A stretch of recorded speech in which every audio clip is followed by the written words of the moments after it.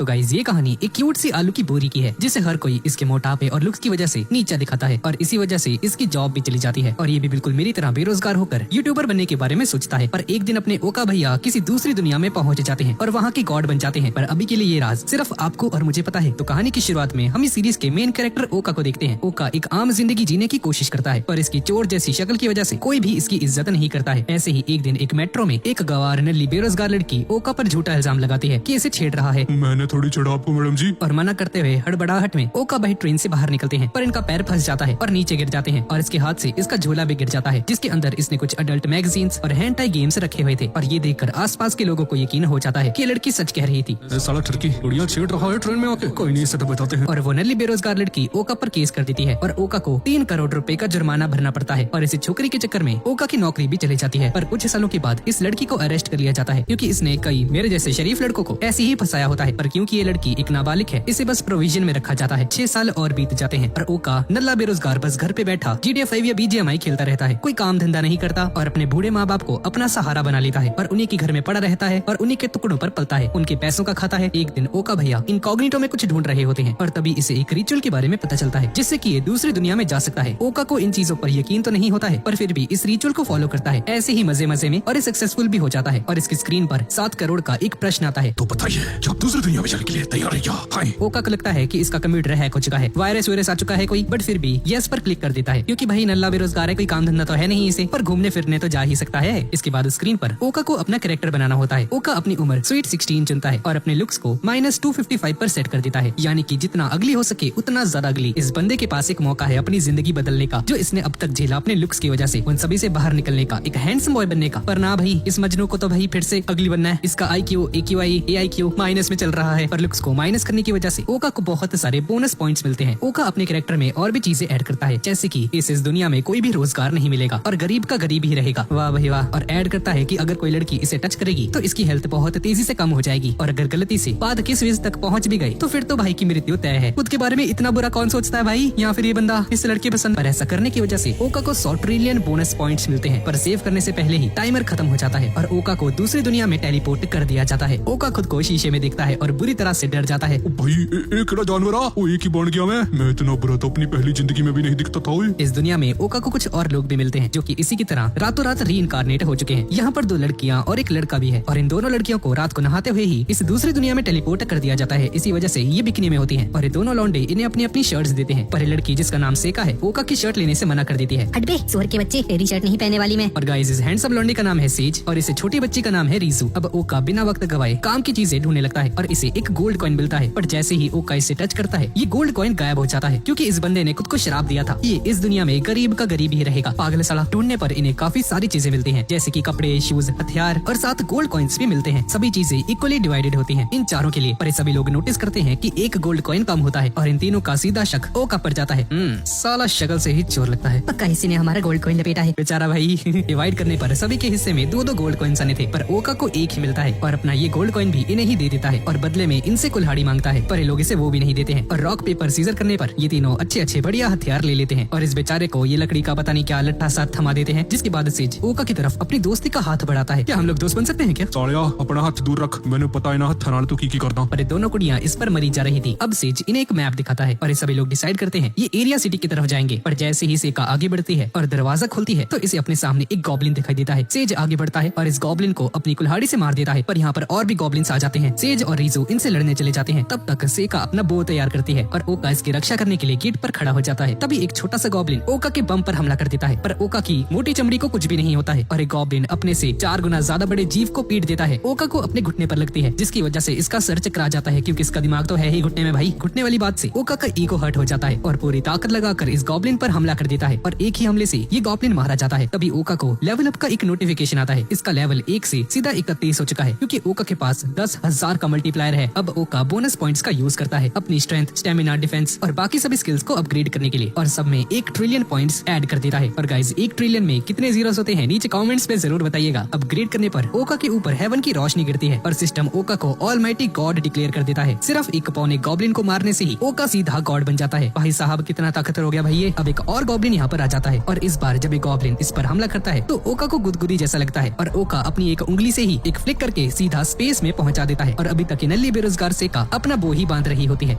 इसकी हेल्प करता है और किसी ऑलमाइटी गॉड की तरह सेका को इसका बो तैयार करके देता है। अरे वाह, तुम तो कमाल की हो सर। मैं चाहती हूँ कि आप इस एरो को यूज करें। ओका बहुत ही सावधानी से इससे बो लेता है और उस गॉब्लिन की तरफ शूट कर देता है, पर उड़ता हुआ तीर सीधा आसमान की तरफ जाता है और वहाँ पर एक मैजिक सर्कल क्रिएट हो जाता है, जिसके अंदर से ड्रैगन बॉल जी का ड्रैगन बाहर निकलता है और सारे गॉब्लिन्स को एक ही बार में खत्म कर देता है। ये देखकर सभी लोग हैरान हो जाते हैं, पर इन तीनों में इतना भी दिमाग नहीं है कि ये क्वेश्चन पूछे कि ओका जैसे एक लूजर घटिया अगली आदमी ने ड्रैगन बॉल जी वाले ड्रैगन को कैसे समन कर लिया। भाई ये कैसे किया इसने? किसी को घंटा फर्क नहीं पड़ता है। तभी और गॉब्लिन से सामने आ जाते हैं। अब सेका सामने आती है। सेका लगातार दुश्मनों पर हमला करती है, पर भाई एक भी तीर किसी भी गॉब्लिन को नहीं लग रहा होता है। गॉब्लिन भी खड़े होकर अपनी मौत का इंतजार करने लगते हैं कि भाई एक तीर तो लग जाए हमें, खुद ही हमें मार दे। पर नहीं, ऐसा नहीं होता है। ऐसे करके सेका के सारे तीर खत्म हो जाते हैं और एक कोने में बैठकर डिप्रेस होकर रोने लगती है। ये देखकर ओका को अच्छा नहीं लगता है और अपनी स्किल्स का यूज करके सेका के लिए नए एरोस तैयार कर देता है। पर एक गवार लड़की दोबारा से वही हरकत करती है, अंधे एरोस चलाती है और गॉब्लिन्स भी रुक कर इंतजार करते हैं और रीजू और सेजी सभी गॉब्लिन्स को मारते हैं। गॉब्लिन्स को मारकर ये लोग शहर की तरफ निकल जाते हैं। अब चलते चलते ये सभी लोग थक जाते हैं और भूख भी लग जाती है और तीनों एक रेस्टोरेंट में जाते हैं, पर बेचारे ओका को अपने साथ बुलाते भी नहीं है, क्योंकि ओका के साइज को देखकर ये सभी लोग घबरा जाते हैं कि ये बंदा इनका सारा खाना खा जाएगा, जिसकी वजह से ओका को बुरा लग जाता है वही बेचारा और अपना रास्ता ही बदल लेता है। यार भूख लगी आ की खावा। पर बेचारे के पास पैसे ही नहीं है। कैरेक्टर बनाते वक्त भाई क्या 30 मार खान बन रहा था ये। तब इसके सामने ये गवार छोटी बच्ची आ जाती है और ओका गलती से फाउंटेन में गिर जाता है। दरअसल ये छोटी बच्ची यहाँ पर इसके लिए खाना लेकर आई है। मैं जानती हूँ तुम खानदानी गरीब हो और तुम इतने ज्यादा नल्ले बेरोजगार और चप्पल चोर आदमी हो कि तुम्हारे पास खाने के लिए पैसे भी नहीं है, इसलिए मैं तुम्हारे लिए खाना लेकर आई हूँ। वैसे भी तुमने मेरी मदद की थी, है ना? ओका खाना ले ही रहा होता है कि तभी गलती से इसका हाथ सेका के हाथ से टच हो जाता है और ओका को 440 वोट का झटका लगता है। इसकी हेल्थ गिरने लगती है और इसका खाना भी नीचे गिरकर पिचक जाता है। तुम बहुत बुरे हो। मैंने अपने हिस्से का खाना तुम जैसे एक सुअर को दिया, पर तुमने उसे दीवार में मार दिया। उससे का तुझे कुछ ज्यादा ही खूबसूरत हो, उन्हें देख के मैं फिसल गया, मैंने माफ कर दियो। ये सुनकर इसका गुस्सा थोड़ा तो शांत हो ही जाता है और ओका उसी पिचके हुए खाने को खाने लगता है, क्योंकि अपने ओका में कोई भी ईगो या एटीट्यूड नहीं है। डाउन टू अर्थ बंदा है भाई, डाउन टू अर्थ। तभी सेका इसे अपने हिस्से का साफ वाला खाना ऑफर करती है, जो कि इसने खुद के लिए लिया था, और ओका इस खाने को खा लेता है। इसके बाद ये दोनों शॉपिंग करने जाते हैं। सेका अपने लिए 6 किलो एरोस खरीद लेती है, पर क्या ही फायदा भाई, निशाने पर तो एक भी नहीं लगना।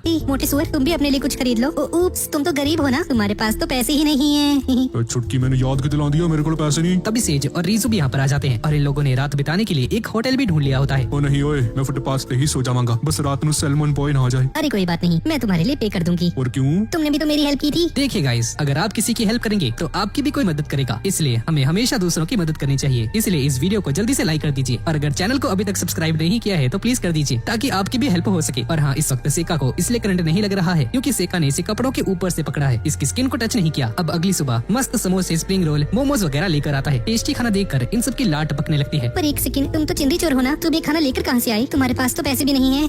दरअसल एक भले आदमी ने मैंने सारा खाना देता। वो भला आदमी और कोई नहीं बल्कि मैं ही था। तुम्हें बाहर जाकर भीख मांगने की जरूरत नहीं थी ना, तुम्हें पैसों की जरूरत थी तो मुझसे ले लेते, मैं बहुत अमीर हूँ। दरअसल ओका ने लकड़ियों से एरोस बनाए और उन्हें बेचकर एक वाउचर खरीदा और उस वाउचर के थ्रू इसने खाना खरीदा। ब्रेकफास्ट करने के बाद ये सभी लोग डिसाइड करते हैं कि आज इन्हें एक गुफा को एक्सप्लोर करना है। ये लोग बात कर ही रहे होते हैं कि तभी एक युशिरो नाम का बंदा यहाँ पर आ जाता है। ये बंदा री इनकारनेट हुए लोगों के लिए एक गाइड की तरह काम करता है और इस दुनिया को एक्सप्लोर करने और यहाँ पर रहने में उनकी काफी ज्यादा हेल्प भी करता है। मैं आप सभी को एक गुफा तक लेकर जाना चाहता हूँ, मैं आप सभी को सेफली पहुँचा दूंगा, लेकिन बदले में मुझे बस थोड़े से पैसे चाहिए होंगे। ओका को इस पर शक हो जाता है क्योंकि ये बंदा शक्ल से ही रहमान डकैत की सस्ती कॉपी लगता है, पर क्योंकि ये सभी लोग यहाँ पर नए आए हैं और इस जगह के बारे में कुछ भी नहीं जानते हैं तो भटकने से तो बेटर ही है कि इस पर भरोसा किया जाए। और सेज इससे हाथ मिलाकर डील को फाइनल कर देता है, जिसके बाद सभी लोग गुफा की तरफ निकल जाते हैं। तब इनके सामने कुछ गॉब्लिन्स आ जाते हैं और हमारी ओवर स्मार्ट छोटी बच्ची आगे आकर तीर बरसाने लगती है। और जी हाँ गाइस, वही होता है जो कि आपने अभी सोचा, एक भी तीर किसी भी गॉब्लिन को नहीं लगता है। क्योशिरो इसे समझाता है, मैडम जी अपने एरोस को ऐसे इस्तेमाल कीजिए जैसे कि हर एक एरो की कॉस्ट 1 मिलियन हो। अब पैसों की बात आ गई तो इस छोटी बच्ची का दिमाग भी चलने लगता है और इस बार बहुत ही आराम से एम करके शूट करती है। वो एरो एक गॉब्लिन को लग जाता है। अब सभी गॉब्लिन्स को मारकर ये लोग आगे बढ़ जाते हैं और रास्ते में रुककर ट्रेनिंग भी करते हैं, जिसमें क्योशिरो इनकी हेल्प करता है। ओका सर जी, आप ट्रेनिंग क्यों नहीं कर रहे? पर ओका बहाना लगा देता है, दरअसल पाजी मेरा पेट खराब है। सर जी, अगर आप ट्रेनिंग नहीं करोगे तो वक्त से पहले ही रिटायर हो जाओगे। दरअसल क्योशिरो पहले एक मर्चेंट्री ग्रुप में था, जिस ग्रुप का कैप्टन इसका दोस्त हुआ करता था, पर फिर ज्यादा काम ना करने की वजह से क्योशिरो रिटायर हो जाता है। पर उस दोस्त ने मेहनत करके अपना रैंक बढ़ाया और एक दिन राजा बन गया, जबकि उसका लेवल सिर्फ 80 है और उसके स्टैट्स का एवरेज सिर्फ 160 है। है और कहाँ हमारे ओका भैया ट्रिलियंस में खेल रहे हैं। अब ये सभी लोग गुफा में आ जाते हैं, केव के अंदर जाते हैं और चलते चलते आखिर में पहुंच जाते हैं, जहाँ पर इन्हें अपने सामने एक बहुत बड़ा दरवाजा मिलता है, जिसके अंदर इस डंजन का बॉस रहता है। क्योशिरो का काम यहीं पर खत्म हो जाता है, पर वापस जाने से पहले इन सभी को एक रूम में लेकर आता है, जो कि किसी और रीइंकार्नेटेड बंदे ने बनाया है। इस रूम में कोई भी मॉन्स्टर नहीं आ सकता है, आप यहाँ पर मशरूफ रहेंगे। पर ओका को अच्छे से पता है कि एरिया टाउन के 200 किलोमीटर के रेडियस के अंदर कोई ऐसा सेफ प्लेस है ही नहीं जहाँ पर कोई मॉन्स्टर ना जा सके, और इसका शक क्योशिरो पर और भी ज्यादा बढ़ जाता है। रूम के अंदर लेज, स्प्राइट और फेंटा रखा होता है और ये एक तरीके से इन सभी की वेलकम पार्टी होती है। ओका को अपनी स्किल्स से पता चलता है कि इनकी ड्रिंक्स में बेहोशी की दवा मिलाई गई है, पर ओका पर कोई भी काम नहीं करेगी। अब सभी लोग दारू पार्टी शुरू कर देते हैं। अब नशा वशा करके सेज बताता है कि ये पहले एक बिजनेसमैन हुआ करता था, इसकी खुद की एनिमिटी नाम की एक कंपनी थी। एक दिन इसकी कंपनी में एक सेल्समैन आता है एक मशीन बेचने के लिए, और वो सेल्समैन कोई और नहीं बल्कि ओका ही था। और ओका ने जाने अनजाने में सेज की बहुत ज्यादा हेल्प की होती है और इसे ये सिखाया कि जिंदगी बहुत छोटी है, हर चीज के बारे में इतना नहीं सोचना चाहिए और जिंदगी को बस खुलकर जीना चाहिए। सेज ने ओका की बात मान ली और अपनी जिंदगी को अपने तरीकों से जीने लगा, जिसकी वजह से इसका बिजनेस और भी ज्यादा ग्रो होने लगा। पर उसके बाद एक छोटी सी गलती की वजह से सब कुछ बर्बाद हो गया और इसका दिवालिया निकल गया और सड़क पर आ गया। पर इसे बस इस बात का गिल्ट है कि ओका का शुक्रिया अदा नहीं कर पाया। मिस्टर ओका, आपका पूरा नाम क्या है सर? मेरा नाम,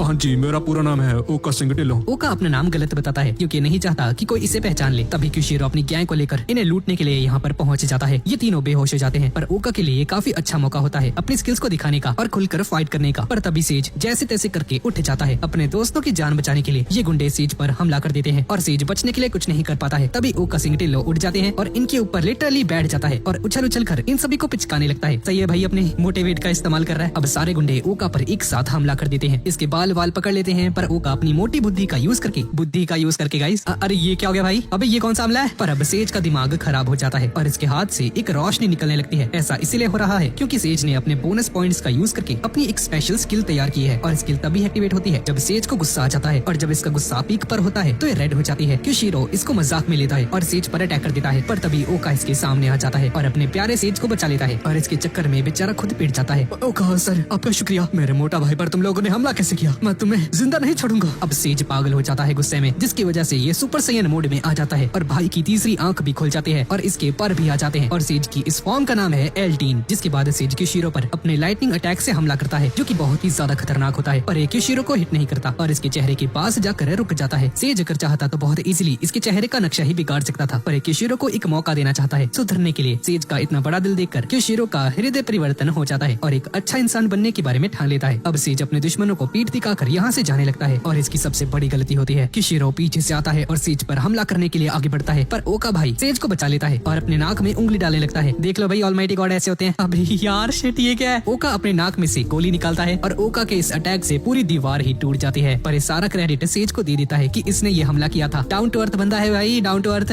सेज खुद ही सोच में पड़ जाता है कि भाई मैं इतना ताकतवर कैसे बन गया, ये मैंने कब कर दिया। और ओका सभी को कन्विंस कर लेता है कि एनिमिटी एक विशाल सफेद कलर का पंछी बनकर यहाँ पर आ गया था, जिसे कि सेज ने समन किया था और एनिमिटी भैया ने ही ये हमला किया है। सभी गुंडे झुककर माफी मांगते हैं। सेज सर जी, हमें माफ कर देना, पाजी तो सिगरेट है। मैंने माफ कर दिया सर जी, घर में बीवी बच्चे वेट कर रहे हैं, प्लीज हमें जान से मत मारिएगा, पक्का आपसे कोई गलत काम नहीं करूंगा। ओका सभी को लाइन में खड़ा करता है। ओका, इन सभी को एक एक चांटा लगाओ, ऐसे इनके पल्ले कुछ नहीं पड़ने वाला, लफेड़े पड़ेंगे तब इन्हें समझ में आएगा। और पाजी मैं करा है, चलो ठीक है, कोई नहीं, मैं करता हूँ। और इन गधों को समझाने के लिए इन्हें ऐसा करना पड़ता है। तभी सेज अपनी नॉर्मल फॉर्म में आ जाता है और इन सभी गधों को एक एक चांटा लगाता है, पर भाई खुद क्यों रो रहा है अभी। जिसके बाद ओका इन सभी को पकड़कर बांध देता है, पर तभी सेज बेहोश हो जाता है क्योंकि अब इसकी बॉडी पर वो बेहोशी की दवाई का असर होने लगता है और काफी ज्यादा एग्जॉस्ट भी हो गया था अपनी पावर्स का यूज करने की वजह से। और इस मौके का फायदा उठाकर क्योशिरो के अंदर का लालच दोबारा से जाग जाता है। ये साला शैतान भाई नहीं सुधरने वाला, ये सेज तो बेहोश हो चुका है और इस आलू की बोरी को ये लोग अंडर एस्टिमेट कर देते हैं और बहुत इजीली अपनी हथकड़ियों को तोड़ देता है। ये देखकर ये सभी गुंडे समझ जाते हैं कि अगर अब बात आगे पीछे हुई तो भाई मरना तय है इनका। जिसके बाद हमारी टीम रॉकेट इन सभी गुंडों को पुलिस के हवाले कर देती है, जिसके बदले में इन्हें 3 लाख रुपए मिलते हैं, जिसे ये चारों आपस में बांट लेते हैं। ओका अपना हिस्सा लेने से मना कर देता है क्योंकि अगर इसने इन पैसों को छू लिया तो गायब हो जाएगा। सेज, ओका के पैसे मुझे दे दीजिए। ओका, अगर आपको कुछ भी चाहिए होगा तो मैं आपको दिला दूंगी, तुम तो जानते ही हो ना मैं कितनी ज्यादा अमीर हूँ। ओका भी मान जाता है। अब इसके बाद ये लोग पार्टी शार्टी करते हैं, मैकडोनल्ड्स की कॉम्बो वाली मील मंगवाते हैं और सेका बताती है मैंने अपने लुक्स को -16 पर सेट किया था ओका, जिसकी वजह से मुझे बहुत सारे बोनस पॉइंट्स मिले और मैंने अपने स्पेशल नोट में लिखा था कि मैं हमेशा खूबसूरत रहूं। ओ यार कितना दी कुड़ी है, इसको तो पावर से कोई मतलब ही नहीं है। भैन जी थोड़ी खूबसूरती नाल गॉबलिन तो नहीं मार दे, खूबसूरती छोड़ो, आपको तो बांड भी चलाना नहीं आता। तभी एक क्यूट सी बिल्ली यहाँ पर आ जाती है और इसे छोटी बच्ची को अचानक से रियलाइज होता है कि अपने पैरों पर खुद से खड़ी हो सकती है। भाई कितनी डांबे आ रही लड़की, इसे अब पता चल रहा है ये। दरअसल इस लड़की ने पिछली लाइफ में अपने पैर खो दिए थे, जिसकी वजह से ये अपने पैरों पर खड़ी भी नहीं हो सकती थी। सेका इस बिल्ली के साथ खेलने लगती है। ओका अपना अपना वॉशरूम यूज करता है और वॉशरूम में जाकर अपना भाई रोने लगता है। भाई क्या हो गया इसको? रो मत भाई सेका भाई। इसे सेका की कहानी सुनकर बुरा लगता है। भगवान जी तुसी कहाँ पर हो? एक छोटी जी कुड़ी ने तुसी लंगड़ा करके भेजता। भगवान जी तुसी ऐसा कैसे कर सकते हो? अगर मैं भगवान होता ना, ओ एक सेकंड, इस दुनिया में तो मैं ही भगवान हूँ। नहीं नहीं नहीं, सॉरी। तभी सेका बाहर आ जाती है भाई लूज मोशन तो नहीं हो गई या 2 महीने का एक बार में ही करने लग गए? ORS लेकर आऊं क्या? और सेका का इतना मासूम और इतना इनोसेंट सा दिल देखकर ओका डिसाइड करता है कि ये हमेशा इसकी मदद करेगा। इसके बाद ये चारों आपस में मीटिंग करते हैं और अपना अपना रोजगार चुनते हैं। सेज को हीरो बनना था, रीजू को हंटर, सेका को जादूगर और अपने ओका भैया एपिक फाइटर बनते हैं। और अब इनका अगला सफर होगा वेलेरिया सिटी की तरफ। अब अचानक से छोटी बच्ची को रस्सी कूदने का मन करता है, जिसमें ये रीजू को भी इनवाइट करती है और ओका इन दोनों को झाड़ियों के पीछे से छुपकर देख रहा होता है, बिल्कुल मोहल्ले की आंटियों की तरह, क्योंकि इससे भी रीजू की पर्सनल लाइफ में इंटरेस्ट होता है। भाई से शर्म नहीं आती? कुड़ियां ताड़ रहा है। एक्सक्यूज मी, तुम्हारा रियल नाम क्या है? पर ये छोटी बच्ची इसे नहीं बताती है। एक काम करती हूँ, मैं तुम्हें एक नाम देती हूँ, अब से तुम्हारा नाम रीजू होगा। नहीं गाइस, मुझे भी नहीं पता था भाई इसका रियल नेम क्या है। ये रीजू नाम इसे सेका नहीं दिया होता है और दोबारा से रस्सी कूदने लगती है। अब इसकी इस कला से आसपास के लोग आकर्षित हो जाते हैं और यहाँ पर भीड़ लग जाती है। पर इस अटेंशन के चक्कर में ये सेका को थैंक यू कहना तक भूल जाती है और ये बात सेका को थोड़ी सी बुरी लगती है, जिसकी वजह से छोटी बच्ची रोने लगती है। तभी ओका बाहर आता है। ये क्या है भाई? ये तो बच्चे चुराने वाला है, इसकी शक्ल देख। और भाई इतनी बेइज्जती हमारे ऑलमाइटी गॉड की, पछताएंगे भैया सभी लोग। अब रीजू भी रोते हुए यहाँ से भाग जाती है। रात को सेका को एक लेटर मिलता है। प्रिय सखी सेका, मुझे आपके द्वारा ये दिया गया नाम अत्यंत पसंद आया है। मेरे छोटी बच्ची जैसे व्यवहार के लिए प्लीज क्षमा प्रदान कीजिए। आपकी प्यारी रीजू। सेका को ये लेटर पढ़कर अच्छा लगता है और रीजू को ढूंढने चली जाती है, पर रीजू यहीं पर छुपी हुई थी। ये ओका के सामने आ जाती है और रीजू को ओका से कुछ बातचीत करनी होती है, इसलिए इसे रूम में लेकर आ जाती है। जी सालो गंदी सोच। मुझे आपके बारे में सब कुछ मालूम है, आपका असली नाम, आप कहाँ से आए हो और आपने पिछले जन्म में क्या क्या किया था, और मुझे ये भी मालूम है कि आप हर रात सोने से पहले क्या करते हो। ओका सोच में पड़ जाता है कि इसे ये सब कुछ कैसे मालूम है। दरअसल रीजू ने अपनी स्पेशल नोट में ये लिखा था कि ये किसी की भी चैट्स देख सकती है, जिस वजह से इसे ये भी पता है कि ओका एक ऑलमाइटी गॉड है। और जैसा कि हम जानते हैं कि पिछले जन्म में सेका ने अपने पैर खो दिए थे, तो उसकी जिम्मेदार रीजू खुद को मानती है, क्योंकि पिछले जन्म में रीजू सेका से एक इवेंट के थ्रू मिली थी, जिसकी ऑर्गेनाइजर ये खुद थी। पर एक छोटी सी गलती की वजह से एक बहुत बड़ा एक्सीडेंट हो गया था, जिसमें कई लोग घायल हो गए थे और उन्हीं में से एक सेका भी थी, जिसने अपने दोनों पैरों को खो दिया था। और इन सब की जिम्मेदार रीजू खुद को मानती है और इसी वजह से ये इस दुनिया में सेका का अच्छे से ख्याल रखना चाहती है। साथ ही में ये सेज की छोटी बहन भी है, पर इस बारे में सेज को कुछ भी मालूम नहीं है। अब ओका और रीजू इन दोनों का एक ही गोल है, जो कि है अपने दोस्तों की हेल्प करना। इसी वजह से ये दोनों आपस में दोस्ती कर लेते हैं और इसी खुशी के पावन अवसर पर रीजू अपने बाल काट लेती है, जो कि एक नई शुरुआत को दर्शाता है। अब अगले दिन सुबह एरिया सिटी को छोड़कर वेलेरिया की तरफ निकल पड़ते हैं और रीजू का ये नया लुक देख सेका खुश हो जाती है। अब रास्ते में इन्हें कुछ मॉन्स्टर्स भी मिलते हैं, जिन्हें सेका मैजिक से खत्म कर देती है। और अब इसने अपना बो और एरो रीजू को दे दिया है, क्योंकि इसे खुद चलाना नहीं आता है। अब कुछ देर में शाम हो जाती है और ये सभी लोग जंगल में ही कैंपिंग करते हैं और लकड़ियाँ और आग जलाने की जिम्मेदारी रीजू और सेज लेते हैं और मछलियाँ पकड़ने ओका और सेका जाते हैं। अब नदी के किनारे बैठे हुए इन्हें काफी समय बीत जाता है, पर इन दोनों ने एक मछली भी नहीं पकड़ी थी। मुझे कोई रोतड़ू बच्ची नहीं बनना है, मैं एक स्ट्रॉन्ग, इंडिपेंडेंट और एक फेमिनिस्ट औरत बनना चाहती हूँ। वैसे रोना कोई बुरी बात नहीं है, हम सभी लोग इंसान हैं। हालांकि मैं किसी जानवर जैसा दिखता हूँ और मेरे अंदर भी इमोशंस हैं। तभी रेजू भी यहाँ पर आ जाती है। अभी आपने पकड़ा कुछ?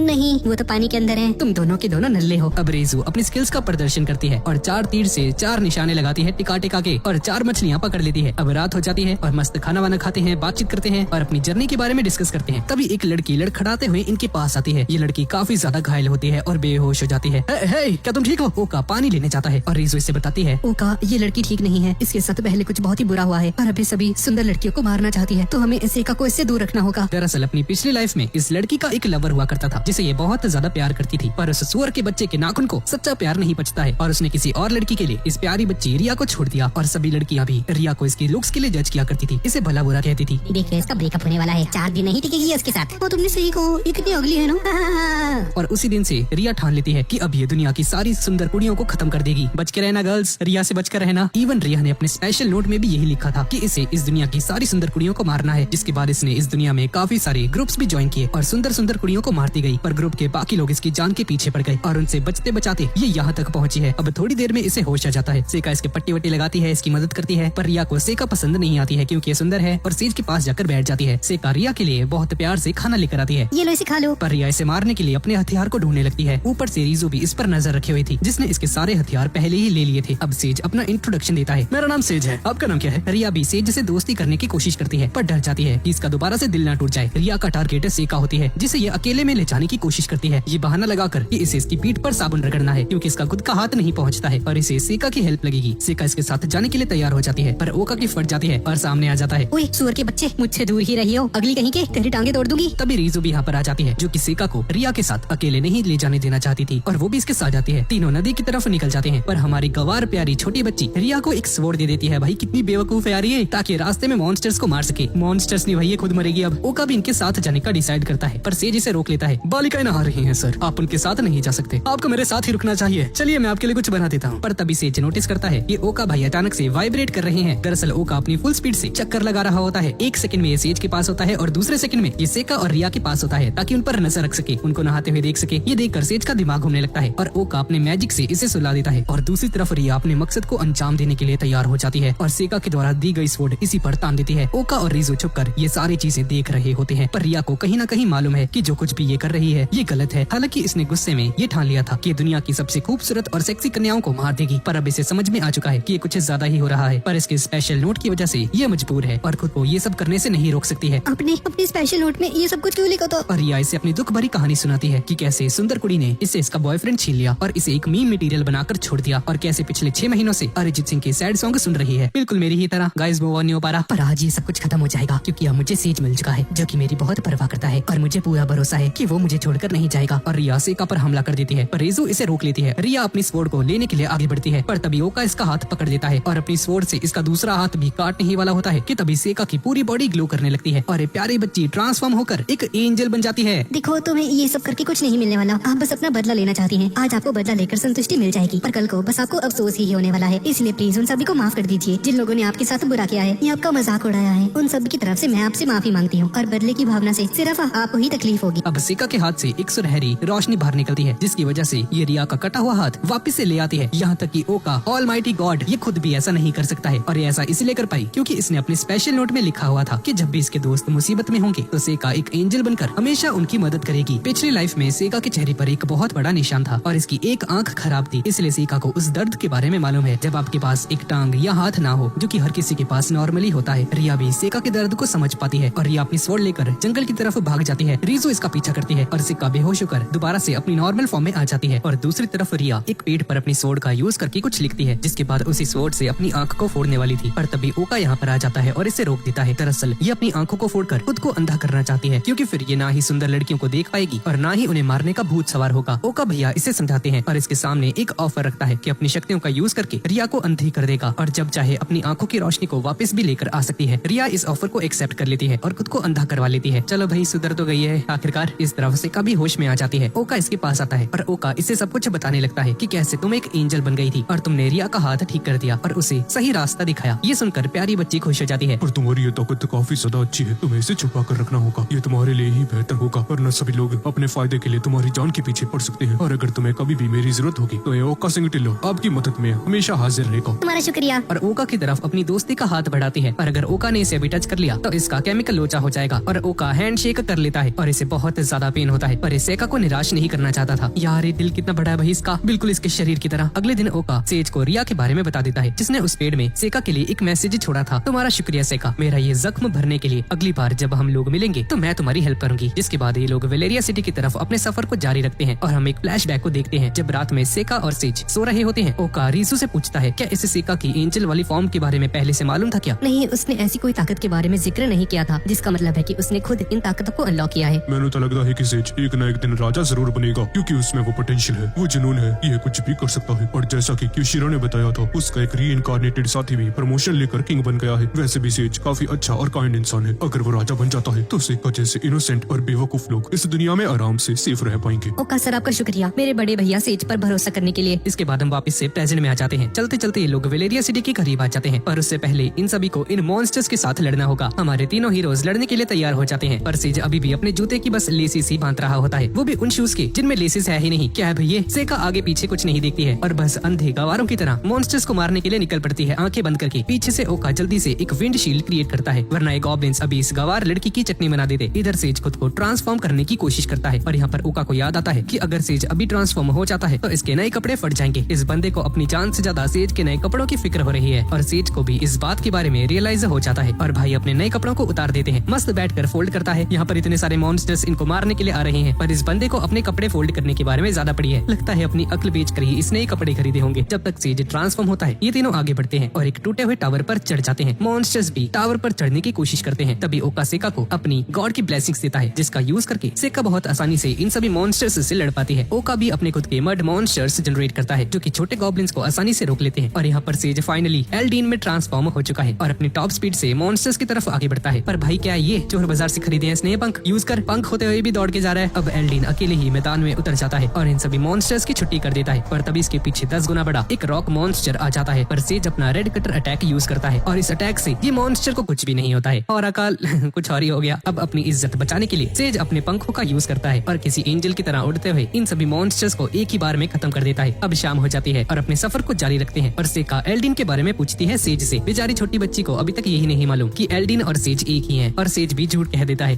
काश मैं भी उससे मिल पाता।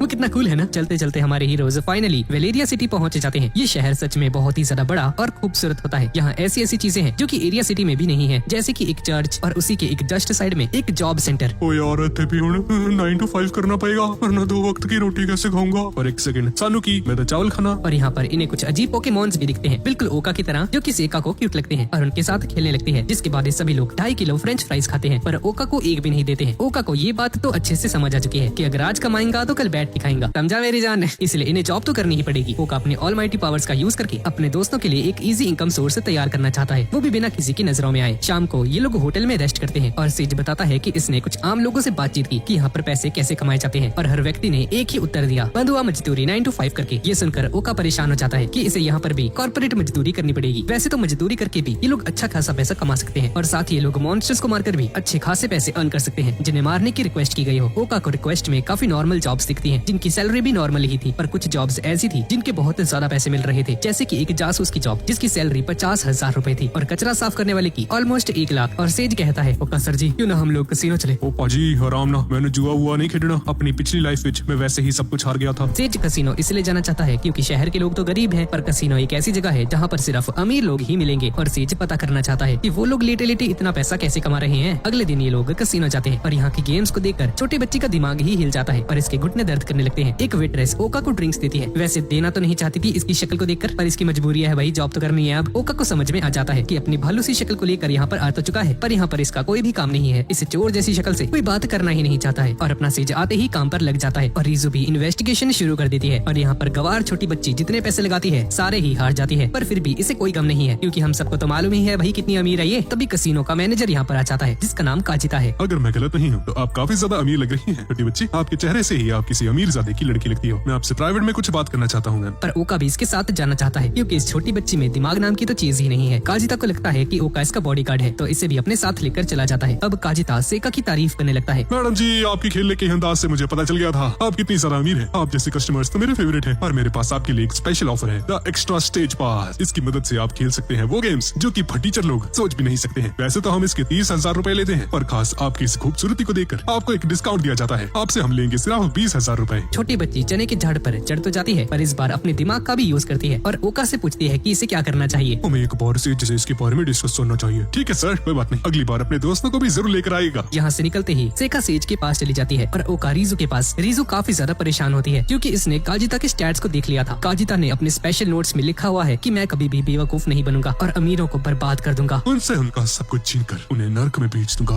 अब रात को दोबारा से पंचायत बैठती है और ओका बताता है कि काजिता बहुत ही हरामी इंसान है, उसे लोगों का दिल जीतना अच्छे से आता है। वो बंदा बड़ा खतरनाक है, मिठिया मिठिया गल्ला करता और किसी को भी फंसा सकता है। अरे एक सेकंड भाई, ये तो मेरी एक्स की बात हो रही है। साथ ही सेज ने भी कुछ लोगों से बात करी और एक बंदा ऐसे बताता है कि इसके किसी दोस्त ने वही ज्यादा सैलरी वाली डिटेक्टिव की जॉब ली थी, पर अचानक एक दिन वो दोस्त गायब हो गया। काई अपने दोस्त को ढूंढने के लिए उसके घर भी गया, पर उस एड्रेस के ऊपर कोई घर था ही नहीं, न ही उसके किसी फैमिली मेंबर के बारे में पता चला। पुलिस ने भी मिसिंग रिपोर्ट लेने से मना कर दिया। ये सब ऐसा था जैसे कि उस दोस्त का पूरा एग्जिस्टेंस ही खत्म कर दिया गया हो। रीजू भी बताती है कि इसे एक अजीब चीज मिली है। इसे बैक एंट्रेंस पर एक बंदा मिला जो कि कुछ लेकर जा रहा था, पर रास्ते में जाते हुए उसने कुछ गिरा दिया था और रीजू ने जब उसे पास से देखा तो वो एक इंसान की उंगली थी। पता नहीं है काजिता कसिनो के नाम पर क्या क्या कर रहा है। छोटी बच्ची डिसाइड करती है मैं इस काजिता को छोड़ूंगी नहीं, उसका पर्दाफाश करके ही रहूंगी। और इन तीनों को इसकी चिंता होने लगती है, पर यही एक तरीका है जिसके थ्रू ये लोग काजिता के पास जा सकते हैं। अब रात में ये लोग टेरिस पर आ जाते हैं और रीजू बताती है कि काजिता की स्पेशल पावर्स किसी के झूठ बोलने से एक्टिवेट होती हैं, तो जब ये लोग उससे मिलने जाएं तो ज्यादा मुंह ना चलाएं और उस छोटी बच्ची को भी समझा बुझा कर लेकर जाया जाए, वरना अगली उंगली उस छोटी बच्ची की ही मिलेगी। अगले दिन हमारे हीरोज अपने अगले मिशन पर निकल पड़ते हैं। कसिनो एंटर करते ही इन्हें काजिता मिल जाता है जो कि इन्हें अपने साथ VIP रूम में लेकर जाता है और यहाँ की वाइब्स बहुत ही मिलियनेयर वाली होती है। सेका का तो दिल ही खुश खुश हो जाता है। यहाँ पर कस्टमर्स से ज्यादा स्टाफ्स होते हैं और यहाँ का एक एम्प्लॉय काटो काफी ज्यादा नर्वस होता है, पर सेका को सभी रूल्स को समझाता है और एक एम्प्लॉय इन दोनों के बीच ये सारी कन्वर्सेशन को नोट कर रहा था। और तब तक काजिता ओका से इंफॉर्मेशन इकट्ठी करने की कोशिश कर रहा था, पर अपने ओका भैया दिखने में भले ही पागल और चोमू लगते हो, पर इसके पास छोटे बच्चे से तो ज्यादा ही दिमाग है और काजिता को कुछ खास इंफॉर्मेशन नहीं देता है। अब काजिता सेका को एक मॉन्स्टर बैटल के बारे में बताता है जिसे सेका को जरूर खेलना चाहिए। तभी काजिता को कुछ काम आ जाता है और यहाँ से चला जाता है। और तभी यहाँ पर एक बहुत अजीब सा मोटा सा आदमी गुजरता है जो कि दिखने में ओका के पुराने बॉस के जैसा लग रहा था और इसके पास दो मस्त मस्त क्यूट कुड़ियां भी होती हैं। और यहाँ पर सेका रूल्स पूछ कर काटो का दिमाग खाती जाती है और ओका पेट खराब होने का बहाना देकर यहाँ से चला जाता है और अपनी ट्रांसफॉर्मेशन स्किल्स का यूज करके बैटमैन बन जाता है और काजिता का पीछा करने लगता है। साथ ही में ओका अपने डायमेंशन मैजिक का यूज करके सेका पर नजर भी रख रहा है जो कि अभी काटो का दिमाग चाट रही है। तुम मुझे रूल्स को नहीं समझा पा रहे हो। मैम आपको इतनी बार तो बता दिया, समझ नहीं आ रहा आपको? तुम बहुत बुरे हो। अच्छा सॉरी, दोबारा समझा लेता हूँ। यहाँ काजिता एक मूर्ति के सामने आ जाता है और अपने मरे हुए माता पिता से बात करता है कि कैसे ये हर दिन इनकी मौत का बदला ले रहा है। दरअसल काजिता जन्म से ही गरीब हुआ करता था पर इसके माँ बाप ने इसे हमेशा यही सिखाया कि money can not buy happiness और अपनी छोटी सी दुनिया में खुश रहने की कोशिश करते हैं। पर क्योंकि इन्होंने अपने घर के पूरे पैसे नहीं भरे थे, इसलिए एक दिन रियल एस्टेट वालों ने इनके घर पर बुलडोजर चलवा दिया जिसमें काजिता के माता पिता की मृत्यु हो जाती है। और उस दिन के बाद से काजिता ठान लेता है कि अपने माँ बाप की मौत का बदला जरूर लेकर रहेगा। कुछ सालों में काजिता ने अपना बदला ले भी लिया जिसके बाद खुद को मारने ही वाला था, पर तभी इसे मौका मिला एक दूसरी दुनिया में जाने का। और यहाँ भी इसने यही देखा कि अमीर लोग गरीबों को लूटते हैं, उनका हक मार लेते हैं और उनके साथ गलत किया जाता है। इसलिए काजिता हर एक अमीर इंसान को बर्बाद करना चाहता है। तभी काटो यहाँ पर आ जाता है। सर सेका यहाँ से जाना चाहती है क्योंकि वो बोर हो रही है।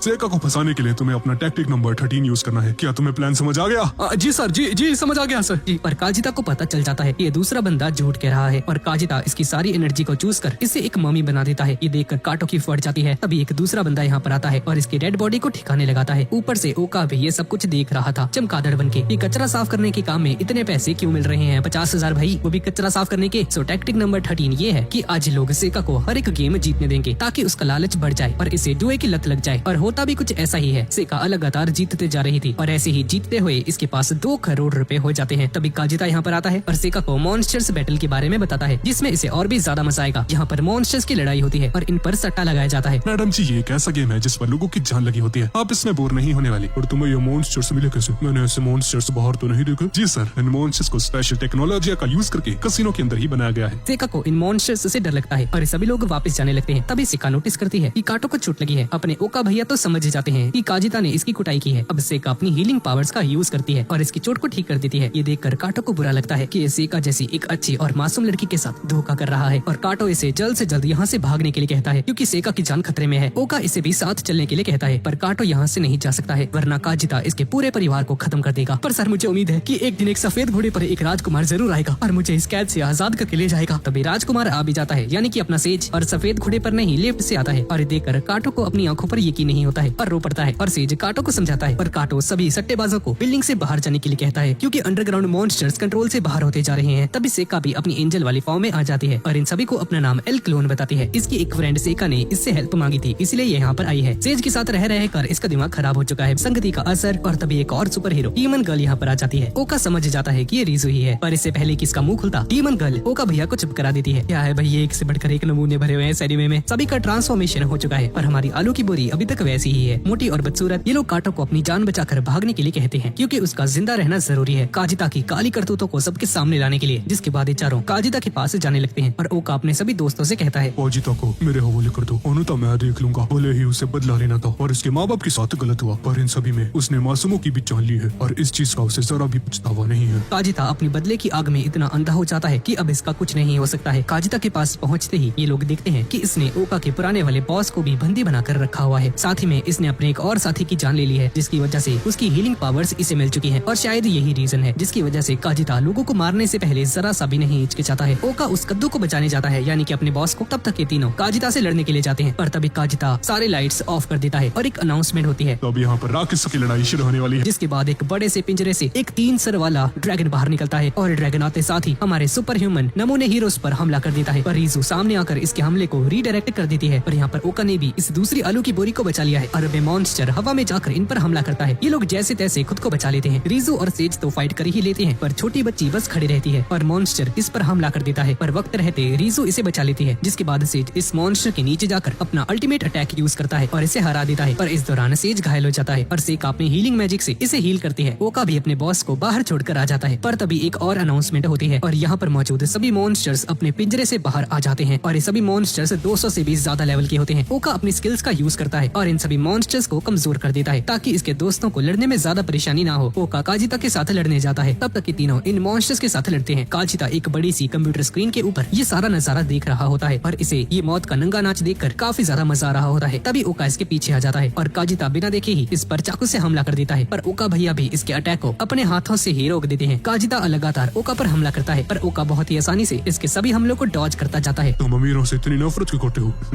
इंसान जब गरीब होता है उसमें दया, प्रेम, भावना, करुणा, सभ्यता, सहानुभूति, संवेदनशीलता इत्यादि सब कुछ होता है। पर जैसे ही लोग थोड़ा सा पैसा कमा लेते हैं उनमें अहंकार आ जाता है। माफ करना, मैंने कुछ ज्यादा ही हिंदी बोल दी। और भाई तुम खुद ही देखो ना, जिन अमीर लोगों से तुम नफरत करते हो तुम खुद भी वही बन चुके हो। और काजिता को ये सुनकर गुस्सा आ जाता है। तभी ओका इसे एक पंच मारता है और एक गरीबों का मसीहा दीवार में घुस जाता है और वहीं पर अटक जाता है और इसके मुंह से खून भी आने लगता है। अब काजिता अपना एक मैजिक स्पेल यूज करता है और एक अजीब से भद्दे से मॉन्स्टर को समन कर लेता है और ये वही मॉन्स्टर है जिसके स्टैचू के सामने काजिता अपने माँ बाप से बात कर रहा था और इस राक्षस का यूज करके ओका पर अटैक कर देता है।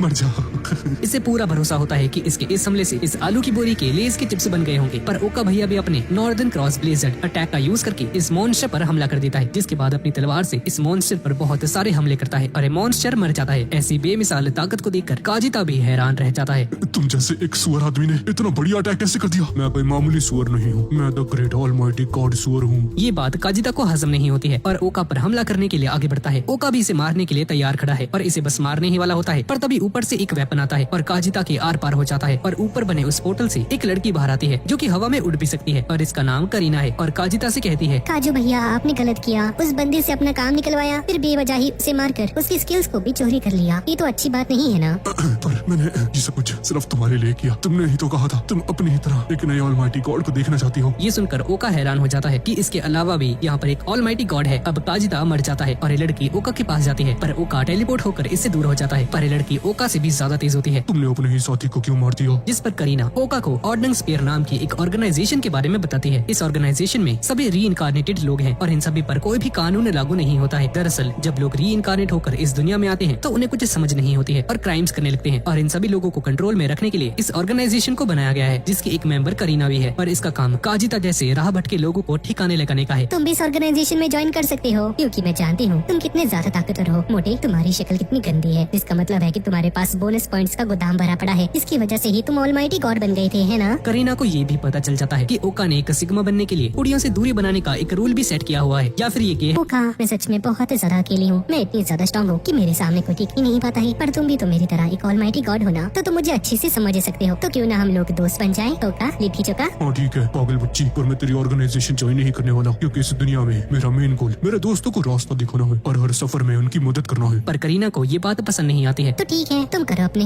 दोस्तों की मदद। मैं आऊंगी दोबारा से तुम्हारे रास्ते का कांटा बनकर। ये सुनकर ओका को गुस्सा आ जाता है, पर तभी काजिता हीलिंग मैजिक का यूज करके खुद को हील कर लेता है और दोबारा से जिंदा हो जाता है और ओवर स्मार्ट बनते हुए करीना पर हमला करने के लिए आगे बढ़ता है। पर करीना इस बार इसे पूरी तरह से गायब ही कर देती है और इसका सिर्फ हाथ ही बचता है, जिसकी वजह से करीना का मास्क भी खुल जाता है और ओका के सामने शर्माने लगती है और अपना मुंह छुपाते हुए यहाँ से भाग जाती है। अब इसके जाने के बाद ओका अपनी स्पेशल स्किल्स का यूज करता है और पूरे कसीना को ही डिस्ट्रॉय कर देता है, जिससे कि सभी को ये लगता है कि काजिता की मौत मलबे के अंदर दब कर हुई है और किसी को भी करीना या ओका की पावर्स के बारे में पता ही नहीं चलता है। अभी लोग काजिता की काली करतूतों के बारे में सरकार के सामने प्रूफ कर देते हैं और इतने बड़े क्रिमिनल को पकड़ने और सच्चाई को सामने लाने के लिए इन सभी को बहुत सारा पैसा भी दिया जाता है इनाम के तौर पर। वही पैसा जो कि काजिता ने इलीगली कमाया था, पर सेज इस पैसे को लेने से मना कर देता है क्योंकि इसे काले धन का कोई भी लालच नहीं है, पर अपने ओका भैया लालची हैं और सेज को साइड में ले जाकर कहता है, उस सेज पर तू पागल हो गया, इतनी बड़ी धनराशि हम कैसे छोड़ सकते हैं? 10.5 जन्म लग चुके तेनू, इतना पैसा नहीं कमा सकता तो कदे। आती हुई लक्ष्मी को कभी मना नहीं करते। और ओका के समझाने पर सेज पैसों को एक्सेप्ट कर लेता है, जिसके बाद ये लोग जमकर पार्टी करते हैं, मस्त मैगडी वगैरह खाते हैं और इन्हें सरकार की तरफ से 4 लाख रुपए मिले थे और सेका ने अकेले ही कसीनो के अंदर 20 लाख रुपए जीते थे। अब इस सोच में पड़ जाते हैं कि इतनी ज्यादा धनराशि का क्या किया जाए। गाइस चलो ना शॉपिंग करते हैं, मुझे ज़रा गुच्ची पराडा के कपड़े लेने हैं और नाई कपड़े तो मैंने ऑर्डर भी कर लिया, तुम लोग भी कर दो क्योंकि 26 में तो दुनिया खत्म है। सेका ये भी सजेस्ट करती है कि इन्हें म्यूचुअल फंड्स में भी थोड़े पैसे लगा देने चाहिए और बाकी के पैसे का ये लोग हथियार वगैरह खरीद लेंगे। सभी लोग इसके लिए मान जाते हैं। अगले दिन सुबह ओका सेज को ऑर्डनेंस स्पेयर ऑर्गेनाइजेशन के बारे में बताता है और वो कैसे काम करती है। करीना जब वापस जा रही थी तो उसने अपना झंडा गिरा दिया था, जो कि ओका सेज को दिखाता है, पर इससे करीना के बारे में कुछ नहीं बताता है। तभी काटो यहाँ पर आ जाता है, जो कि काजिता की मौत के बाद इन्हीं के साथ काम करने लगा है और ये बताता है कि जिस मोटे कस्टमर को इन लोगों ने काजिता के चंगुल से बचाया था वो इन सभी को एज अ बॉडीगार्ड हायर करना चाहता है क्योंकि उसे अपने गाँव पंजाब वापस जाना है और रिस्क नहीं ले सकता दोबारा से किडनैप होने का। हमारी टीम रॉकेट इस रिक्वेस्ट को एक्सेप्ट कर लेती है, पर ओका को डर लगता है कि कहीं इसका बॉस इसे पहचान न ले। पर पहचानता तो तब जब इसे ठरकी बुड्ढे का ध्यान सेका की खूबसूरती से तो हटता। ये देखकर ओका को जलन होने लगती है। भाई शक्ल देखिए इसने अपनी सुअर जैसी, नहीं मतलब इंसान को भाई अपनी शक्ल देख के प्यार करना चाहिए ना। अब सभी लोग अपने सफर को शुरू करते हैं और ऊपर से करीना भी ये सब कुछ देख रही होती है। चलते चलते रात तक ये लोग सज़ेन सिटी पहुंच जाते हैं और मिस्टर साकुरा हमारे मोटा भाई इन्हें शाही पकवान खिलवाते हैं और सेज साकुरा से भी उस झंडे के बारे में पूछता है, पर अपने मोटा भैया को उस झंडे के बारे में कुछ नहीं मालूम है। अगले दिन हमारे हीरोज मोटा भैया का काम धाम देखने के लिए उसकी कंपनी में जाते हैं, जहाँ पर इन्हें इसका असिस्टेंट मारुति सुजुकी मिलता है, जो कि इन्हें सब कुछ बताता है। हमारा हथियारों का बिजनेस है, चाकू, छुरी, कील, तलवार, कुल्हाड़ी, फावड़ा इत्यादि, आपको सब कुछ यहाँ पर मिल जाएगा। यहाँ पर सभी प्रकार के हथियारों को बनाया जाता है। ये सारी चीजें देखकर सेका एक्साइटेड हो जाती है और ये सारे हथियार खरीदना चाहती है। निशाने पे तो भाई इसका एक भी नहीं लगता। अब सेज सुजुकी से उस झंडे के बारे में पूछता है। जी सर, एक बार 2 कस्टमर्स आए थे, उन लोगों ने इसी रंग के कपड़े पहने हुए थे और उन लोगों ने 1000 स्वर्ड्स का ऑर्डर दिया था। ऑर्डर डिलीवर करने के बाद मैं उनके घर भी गया था, पर वहाँ पर कोई भी नहीं था, मानो जैसे वो लोग गायब ही हो गए हो। अब रात में सेज और ओका भाईचारा ऑन टॉप के नाम पर 2-2 पैग मारने बैठते हैं और सेज बताता है कि ये अपनी खुद की एक कंपनी क्रिएट करना चाहता है जिसका नाम होगा एनिमिटी, और उस कंपनी में उन लोगों को भर्ती करना चाहता है जिन्हें यहाँ पर जॉब नहीं मिल पा रही है उनके स्पेशल नोट्स की वजह से, और उन्हें ऐसी जॉब्स को प्रोवाइड करेगा जिसमें उनकी स्पेशल नोट कोई रुकावट बन के सामने न आए। क्योंकि जैसा कि हम रिया के केस में देख चुके हैं कि इंसान ना चाहते हुए भी अपने स्पेशल नोट के खिलाफ नहीं जा सकता है और ये चीज लोगों की जॉब में रुकावट बन रही है। सेज रिया जैसी लोगों की हेल्प करना चाहता है, पर ओका इसके खिलाफ होता है क्योंकि सेज के स्पेशल नोट में लिखा हुआ है कि यह हमेशा अपने दोस्तों का साथ देगा। तो अगर कोई साथी गलत काम भी करता है तो भी सेज उसे नहीं रोक सकता है। सेज पाजी, मैंने लगता थानू राजा जी बन जाना चाहिए था। उसके बाद बस आपको कुछ भरोसेमंद लोगों को प्रेसिडेंट बनाना होगा, उसके बाद तुसी पूरी कंट्री पे राज करोगे। पर सेज इसे गलत वे में ले लेता है और डिसाइड करता है कि ये इसी तरह से अपनी कंपनी को स्टार्ट करेगा और सबसे पहले ओका को ही इनवाइट करता है अपनी कंपनी में प्रेसिडेंट बनने के लिए, क्योंकि सेज ओका पर भरोसा करता है। पर ओका इसे मना कर देता है क्योंकि इस भाई ने खुद को श्राप जो दिया था इस महान हस्ती ने कि जैसे ही बंदा पैसे छुएगा तो पैसे ही गायब हो जाएंगे और सेज की कंपनी डूब जाएगी। और सेका की ईमानदारी और बेवकूफी ने सेज का दिल जीत लिया था और अब तो सेज ओका को ही पार्टनर बनाना चाहता है। ओका भी मना नहीं कर पाता है और ये दोनों भाई तबाही करने के लिए तैयार हो जाते हैं। अगले दिन ये दोनों रीजू और सेका को भी इस बात को बताते हैं और ये दोनों भी सेज को ज्वाइन कर लेते हैं। 1 महीने के बाद फाइनली सेज की कंपनी शुरू हो जाती है और ये है इनका मैनेजर काए होशियो, वही कसिनो वाला बंदा जिसने सेज की हेल्प की थी। ओका और सेका कस्टमर्स से डील करते हैं, सेज पेपर वर्क संभालता है और रीजू लोगों का बैकग्राउंड चेक करती है कि वो लोग सच तो बोल रहे हैं ना और भरोसे के काबिल हैं क्या। धीरे धीरे इनका बिजनेस ग्रो करने लगता है और जरूरतमंदों को सच में काफी ज्यादा हेल्प मिलती है। तभी एक लिया नाम की कस्टमर यहाँ पर आती है, पर लिया आते ही डर जाती है।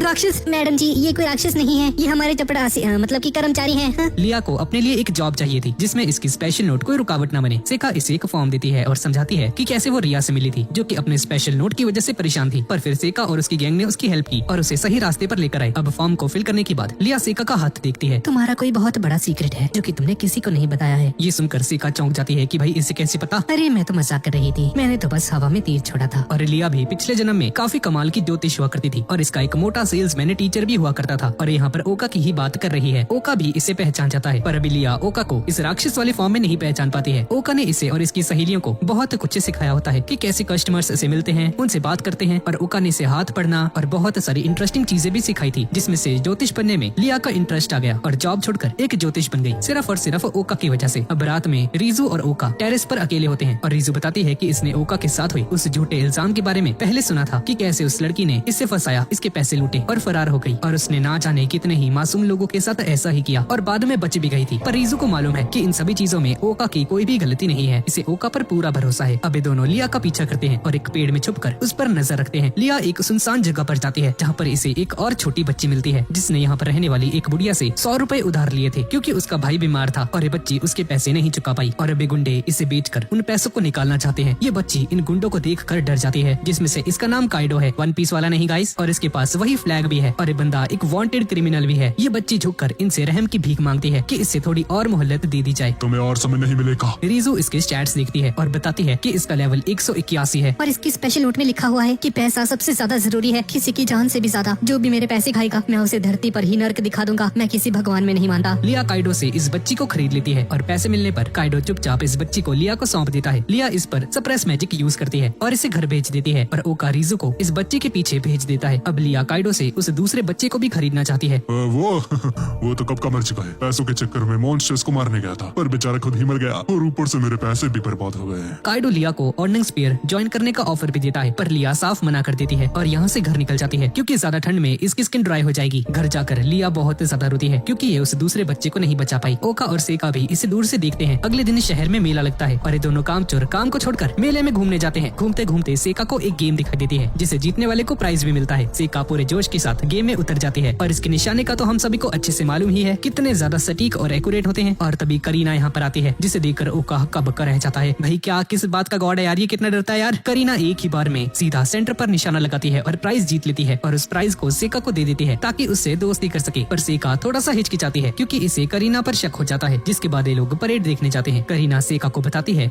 सेका क्या तुम्हें मालूम है मैं ऑलमाइटी गॉड से मिल चुकी हूँ, तुम भी मिल सकती हो एक फीमेल गॉड से। ये सारी बातें सुनकर ओका परेशान हो जाता है। अब इसके बाद ये लोग रेस्टोरेंट में जाते हैं। सेका खाना ऑर्डर करती है और तब तक ही करीना इस आलू की बोरी का दिमाग खाती है। देखिए गाइस, अगर ये ओका किसी भी लड़की को किस करेगा तो वो तो मर ही जाएगा। वैसे ही अगर करीना भी किसी को किस करेगी तो ये भी पिघल कर गायब हो जाएगी और ये ओका के प्यार में पिघलना भी जाती है। अजीब लड़की है भाई, शायद इसे ओका भैया के आलू पसंद आ गए हैं। पर ओका इसे साफ मना कर देता है। पर ये ओका को सेका की धमकी देने लगती है। देखो ना सेका कितनी प्यारी बच्ची है, बिल्कुल मासूम सी, इनोसेंट सी, गवार छोटी बच्ची जिसे दुनिया का कुछ पता ही नहीं है, जिसने कभी बुरा वक्त भी नहीं देखा। सोचो उसे सफेद कागज को मैं इतना ज्यादा गंदा कर दूं कि तुम भी उसे पहचान ना पाओ, मैं उससे उसकी दोस्त लिया को छीन लूं तो। तभी सेका यहाँ पर आ जाती है और करीना यहाँ से गायब हो जाती है। दूसरी तरफ शहर में वही रात वाली बच्ची अपने भाई के साथ यहाँ पर मेले में आ चुकी है और लिया को शुक्रिया अदा करना चाहती है इनकी इतनी ज्यादा हेल्प करने के लिए। लिया सेका के पास आती है और अपनी एप्लीकेशन को हटवाना चाहती है क्योंकि इसे लगता है कि एक अच्छी इंसान नहीं है। पिछली लाइफ में जब ओका के साथ वो कोर्ट वाला केस हुआ, उसकी इज्जत चली गई, जॉब चली गई, उसका नाम मिट्टी में मिल गया। तब लिया को ये सारी चीजें देखकर बहुत बुरा लगा क्योंकि ये पर्सनली जानती थी कि ओका ऐसा कभी नहीं कर सकता है, ये बिल्कुल भी छिछोरा नहीं है। और असलियत सामने आने पर उस लड़की को भी सजा नहीं दी गई। इसलिए लिया ने कानून को अपने हाथों में ले लिया और उस लड़की का खून कर दिया जिसने ओका पर इल्जाम लगाया था। जिसके बाद खुद को भी मारने ही वाली थी पर उसी वक्त टेलीपोर्ट होकर इस दुनिया में आ गई और इसने अपने स्पेशल नोट में लिखा था, ये बहुत बुरी इंसान है, इसने गलत किया, इसे ऐसा नहीं करना था। क्या यहाँ पर कोई भगवान नहीं है क्या? और अगर है तो मेरे सामने आओ ना, मुझे समझो, मेरी फीलिंग्स को समझो। भगवान बनकर ना सही, एक इंसान बनकर सफेद घोड़े में आकर लिया ने पहले लोगों के साथ बहुत बुरा किया पर इस दुनिया में ये अपनी सभी गलतियों को सुधारना चाहती है पर फिर भी उस बच्चे को नहीं बचा पाई। इसीलिए ये खुद को एक अच्छा इंसान नहीं समझती है। सेका इसे रोकती है और समझाती है, एक्सक्यूज मी लिया, ये मैटर नहीं करता कि किसी ने कितनी ज्यादा गलतियाँ की हैं और उसे कितनी सजा मिलनी चाहिए थी, पर मैटर ये करता है कि क्या वो उन गलतियों से सीख कर आगे बढ़ रहा है और क्या एक बेहतर इंसान बन रहा है कि नहीं। आपने यहाँ पर आकर लोगों की हेल्प करी और एक बेहतर इंसान भी बनी है और बस यही तो मैटर करता है। तभी उस बच्ची का भाई यहाँ पर आता है और बताता है कि इसकी बहन को काइडो ने दोबारा से किडनैप कर लिया है और यहाँ पर इन लोगों से हेल्प मांगने आया है। लिया इन सभी को यहीं पर रुकने के लिए कहती है क्योंकि खुद जाकर काइडो की बैंड बजाना चाहती है। पता नहीं भाई क्या है इसको, बच्चा चोर साला बार बार उसी बच्ची को किडनैप कर लेता है। लिया अपनी स्पेशल स्किल्स का यूज करके यहाँ से गायब हो जाती है। ओ भाई साहब, ये तो बहुत ही कूल स्किल है। ओका और रीजू भी लिया का पीछा करने के लिए कंपनी से बाहर जाते हैं पर जैसे ही बाहर कदम रखते हैं तो एक मैजिक सर्कल के अंदर गिर जाते हैं जो कि करीना ने बनाया था। इस करीना का गाइस बस एक ही मकसद है, सेका के दिल में खुद के लिए नफरत पैदा करना क्योंकि उसका इतना ज्यादा साफ दिल देखकर इसे जलन होती है और इसका प्लान है कि आज लिया को मार देगी जिससे कि सेका इससे नफरत करने लगेगी। पर ओका और रीजू इसके रास्ते में ना आ जाए इसलिए इन्हें शहर के बाहर छोड़ देती है। अब रीजू ओका को बताती है कि इसका असली नाम करीना नहीं है, इसका असली नाम रिको शिरतोई है और ये क्योको की जुड़वा बहन है और शायद इसे लिया से अपनी बहन की मौत का बदला लेना है ओका। अब ये दोनों भी काइडो के पास जाने लगते हैं और यहाँ पर लिया काइडो के सामने आ जाती है और काइडो से पूछती है कि भाई तुझे इतना रोकड़ा दे तो दिया था तो अब क्या दिक्कत आ रही है, अब क्या बीमारी है तुझे? फिर बच्ची को उठा लेकर आ गया और काइडो को ऐसा करने के लिए करीना ने ही कहा था ताकि ये लिया को यहाँ पर बुला सके। करीना काइडो को उसके पैसे दे देती है जो कि पूरे नहीं थे पर काइडो फिर भी चुपचाप पैसे लेकर यहाँ से चला जाता है। लिया भी उस छोटी बच्ची को घर भेज देती है और करीना सेका के बारे में जिक्र करती है लिया को। तुम सेका को कैसे जानती हो? देखो सीधी सी बात ये है, मुझे उस गवार सेका से जलन होती है क्योंकि उसके पास द ग्रेट ऑलमाइटी गॉड ओका है और मुझे ओका पसंद है। पर हमारे ओका भैया सिग्मा है, इसे मुंह भी नहीं लगाते हैं और करीना सेका को चोट पहुंचाना चाहती है। अब काइडो अपने साथियों के साथ डिस्कस करता है कि काजिता इतनी आसानी से कैसे मर गया, उसे बस करीना ही मार सकती थी और अगर इन लोगों ने उसका कुछ नहीं किया तो अगला नंबर इनका भी हो सकता है। यहाँ पर करीना लिया को बस मारने ही वाली होती है कि तभी काइडो यहाँ पर आ जाता है। तब तक ये करीना से निपटता है और लिया मौका देखकर यहाँ से गायब हो जाती है और काइडो उसके पीछे अपने बंदों को छोड़ देता है क्योंकि लिया भी इनके लिए मुसीबत खड़ी कर सकती है। लिया थोड़ा सा दूर आकर चैन की सांस लेती है और तभी हमारे सेज भैया अपनी एल्डिन फॉर्म में यहाँ पर आ जाते हैं और अपने साथ सेका को भी लेकर आया था। लिया सेका को यहाँ से भागने के लिए कहती है, उस करीना का मेन टारगेट तुम हो सेका, तुम्हें यहाँ से भागना होगा। पर सेका भागने से मना कर देती है और कायरों की तरह यहाँ से भागना नहीं चाहती है क्योंकि अब ये बड़ी हो चुकी है और ये भी अपने दोस्तों की हेल्प करना चाहती है। ओका और रीजू भी यहाँ पर पहुँच जाते हैं पर जैसे ही ओका इनके सामने आता है तो ओका अचानक से ट्रांसफॉर्म हो जाता है और एक आलू की बोरी से फ्रेंच फ्राइज बन जाता है। गाइस, रीजू के अलावा कोई भी इसे नहीं पहचान पाता है कि हमारे ओका भैया है। रीजू इसे आईना दिखाती है और यहाँ तक कि ओका भी अपने आप को पहचान नहीं पाता है और हमारी लिया तो ओका को देखकर इसकी दीवानी ही हो जाती है। और हमारे ओका भैया का ट्रांसफॉर्मेशन भी लिया के स्पेशल नोट की वजह से ही हुआ है जिसमें इसने लिखा था कि भगवान एक राजकुमार बनकर आएंगे, भगवान जी आइए और मेरी मदद कीजिए। और काइडो, ये सभी तो वही लोग हैं, इन लोगों ने काजिता भाई का कसीनो का धंधा बंद बंद करवा दिया। इनकी वजह से हमारा कारोबार नहीं चल रहा। मारो साले को। सेज और ओका काइडो के गुंडों से निपटते हैं, पर तभी एक सफेद पंछी काइडो के पास आता है और इसे जान से मार देता है। दरअसल ये करीना ही थी जो कि ट्रांसफॉर्म होकर यहाँ पर आई थी। अब काइडो के गुंडे करीना से माफी मांगते हैं। दीदी छोड़ दो यार, वो तो बस हम काइडो भैया की बात मान रहे थे।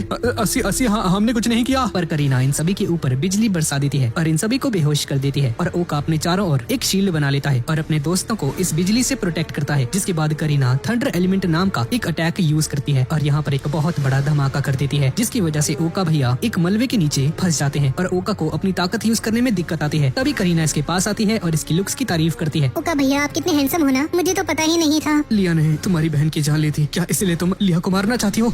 नहीं, उसने तो बहुत ही अच्छा काम किया। लिया ने तो उसे मार दिया था पर वो जिंदा बच गई। उसने मुझसे मेरा सब कुछ छीन लिया। उसे बस मासूमों को परेशान करना आता है। वो हमेशा से ही बदतमीज थी, बच्चों को परेशान करती थी और सब लोग हमेशा मुझे ही गलत समझते थे। क्यों? क्योंकि मैं उसकी तरह दिखती थी। पर उसके बाद मुझे मेरे भगवान मिले जिन्होंने मुझे सही रास्ता दिखाया। और करीना यहाँ पर जिस भगवान की बात कर रही है वो हमारे ओका भैया ही हैं। योको की वजह से ओका की जिंदगी बर्बाद हो गई थी और फिर लिया ने इसे सजा दी थी, पर वो फिर भी नहीं मरी। जिसके बाद करीना ने सोचा कि अब ये खुद अपनी बहन को मार देगी और सोचती है कि इसके मरने के बाद इसकी खुद की जिंदगी बहुत आराम से कट जाएगी। पर करीना खुद भी अपनी बहन की जान नहीं ले पाई। जिसके बाद इसे मौका मिला इस दुनिया में आने का। करीना ने अपनी शारीरिक चाहों को त्याग दिया, जिसकी वजह से ये गॉड बन गई। पर ये सिर्फ प्यार चाहती है ओका का, जिसके बाद इस दुनिया से भी गायब हो जाएगी। पर ओका को ये मंजूर नहीं, क्योंकि इसे सेका के लिए जीना होगा और उसकी रक्षा करनी होगी। और ये बात करीना को बिल्कुल भी पसंद नहीं आती है। जिसके बाद करीना लिया के पास जाती है इसे मारने के लिए, पर सेका इसके सामने आ जाती है और ट्रांसफॉर्म करके एंजल बन जाती है। जिसके बाद करीना सेका पर बिजली से हमला करती है, पर सेका अपने चारों तरफ एक शील्ड बना लेती है और इसके अटैक को ब्लॉक कर देती है। अब मैजिक से कुछ नहीं होता है, इसलिए ये अब वेपन को समन करती है और सेका बहुत प्यार से इसे दोस्ती करने के लिए कहती है। पर अब करीना को गुस्सा आ जाता है और सेका पर हमला कर देती है, जिसकी वजह से सेका नीचे जाकर गिरती है और काफी ज्यादा घायल भी हो जाती है। करीना सेका पर लातों से भी हमले करती है और लिया इसे रोकने की कोशिश करती है, पर करीना इसे भी दूर फेंक देती है। तभी सेज यहाँ पर आकर इस पर अटैक करता है, साथ ही रीजू भी इस पर हमला करती है और ये लोग जैसे तैसे सेका को बचा लेते हैं और लगातार करीना पर हमला करते हैं। पर करीना बहुत आसानी से इनके सभी हमलों को डॉज कर रही थी और एंड में इन दोनों को भी बिजली का झटका देकर बेहोश कर देती है। और यहाँ पर ओका भी खुद को आजाद करने की कोशिश करता है, पर इतना पतला दुबला पतला शरीर इससे संभलता ही नहीं है। सेज इससे कहता है कि मैं तुम्हारे गुस्से को समझ सकता हूँ और अगर ये चाहे तो सेज पर अपना गुस्सा निकाल सकती है, बस बाकियों को यहाँ से जाने दे। और सेज जैसा एक साफ दिल का इंसान देखकर इसका खून खौलने लगता है। ये सेज पर अटैक कर देती है, पर सेज चुपचाप इसके हमलों को सहता है बिना पलट वार किए। इससे करीना को और भी ज्यादा गुस्सा आ जाता है और सेज को घुमाकर एक लात मारती है, जिसकी वजह से सेज दूर जाकर गिर जाता है। पर पीछे से रीजू इसे पकड़ लेती है और बताती है कि उसने अपने स्पेशल नोट में लिखा था कि ये चारों दोबारा से मिले। जो उस दुनिया में इनकी दोस्ती के बीच में आ रहा था वो यहाँ पर ना हो और हमारी टीम रॉकेट हमेशा साथ रहे। इतना प्यारा और स्वीट बॉन्ड करीना से हजम नहीं होता है और आसमान में जाकर चारों तरफ तबाही मचाने लगती है, जिसकी वजह से सेज, रीजू, सेकालिया सब लोग दूर जाकर गिरते हैं। आसपास का पूरा एरिया डिस्ट्रॉय होने लगता है पर ओका अभी भी मलबे में ही दबा हुआ है। तभी सेका इसके पास आती है और अपनी पावर्स का यूज करके ओका को करीना के हमलों से प्रोटेक्ट करती है। तभी हम एक फ्लैशबैक को देखते हैं जब सेका के साथ वो हादसा हुआ था जिसमें इसने अपने दोनों पैरों को खो दिया था और हमेशा के लिए डिसेबल्ड हो गई। सेका जब बाहर जाती थी तो गली के बच्चे इसे परेशान किया करते थे। ए लगड़ी ऐसे करके देखा, ये तो ज़ोंबी बन गई भाई, तेरी ये कौन गई, इससे सभी लोग दूर रहना वरना ये हम सभी को खा जाएगी। ये बच्चे इसका मजाक उड़ाते हैं और तभी ओका यहाँ पर आ जाता है और इन सभी शैतान बच्चों को यहाँ से भगाता है। सेका रोने लगती है और ओका इसे प्यार से समझाते हुए इसे वापस घर छोड़ देता है। सेका को उन बच्चों की बातें दिल पर लग जाती हैं। वो लोग सच कह रहे हैं, मैं एक ज़ोंबी हूँ। नहीं ऐसा कुछ नहीं है बच्ची, तुम अभी भी बहुत ज्यादा सुंदर हो, बिल्कुल पहले की ही तरह, क्यूट सी, प्यार सी, गवार सी, मतलब की